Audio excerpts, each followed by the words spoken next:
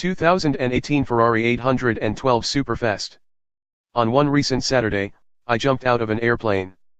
But that wasn't the most exciting thing that happened that week. Because 6 days later, I drove the Ferrari 812 Superfast. In Italy, on Ferrari's private race/test track in Fiorano. It was, in skydiver parlance, epic. The speeds were higher, the G-loads greater, and the soundtrack light years better than just a whole lot of high-speed wind buffeting past my ears.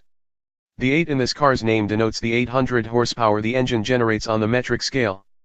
As measured on this side of the Atlantic, though, it's a mere 789, an extra 59 over the F12 Berlinetta that this model replaces. The 12 is on the badge because there are a dozen cylinders beneath the hood, and Superfast is both a name from Ferrari's history and a promise delivered. Compared with the F12's engine, the 812S is 75% new. Displacing 6.5 liters versus the F12's 6.3, the V12 makes it 789 horsepower at 8,500 RPM on its way to an 8,900 RPM maximum. Peak torque, 530 lb-ft, crests at 7,000. Below 5,000 RPM, the 812 is a pussycat, but as the revs rise, power seems to build exponentially. There is about 600 horsepower at 6,000 RPM, 700 at 7,000, and as the touch winds up, the compounding sensation of acceleration is stupefying. The engine revs so far past the initiation of insanity that each redline upshift is almost a relief. Expect the 0 to 60 mph sprint to be over in just 2.8 seconds and the quarter mile to pass in 10.8 ticks or so. And then there's the sound. It's your very own Formula One fantasy, heaven's own chainsaw. Agile. Must be Italian. The handling, too, is something out of a fantasy. Ferrari's first ever electrically assisted power steering system directs the 812, and it's a solid effort. As we trundled through the streets of Maranello just outside the factory gates, it felt maybe a touch overboosted. But once the town gave way to hills and fields, we realized that the steering matches the feeling of the entire car. Agility we expected, but the whole car feels unbelievably light, like the world's most furious Mazda Miata.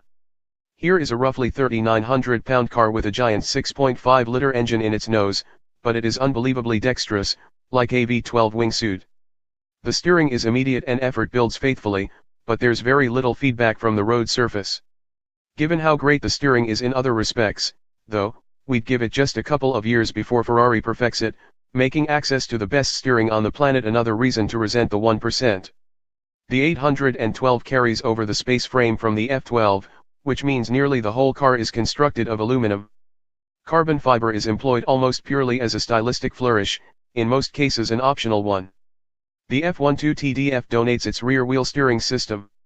As he took us on an orientation lap, a single one, of Ferrari's test track at Fiorano, development driver Raffaele De Simone made sure we knew how to turn off stability control and said, "It's okay if you spin the car off the track."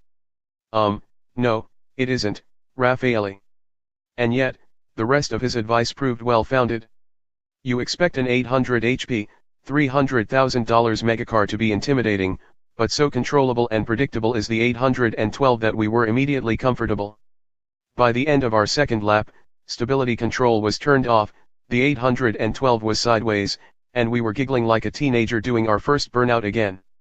It feels as if the driver can transfer individual pounds of load to each wheel to balance the car through turns, and the smooth power delivery means that you can meter precisely as many ponies as you need to maintain any intended line or slip angle. The F12 was among the quickest cars we've ever tested at Lightning Lap, and we suspect the 812 is going to take a bite off its predecessor's 2:50.8 time around Virginia International Raceway's Grand Course. And sensible, too.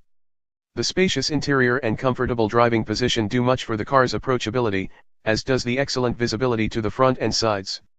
The high tail means the view rearward is more like that of a mid-engined car. But even 99th percentile drivers can get comfortable in the driver's seat. While the ride is a little choppy, the suspension rounds the harsh edges off any bumps. This would make a perfectly acceptable daily driver. In subdued colors, the 812 could almost come close to blending in with traffic.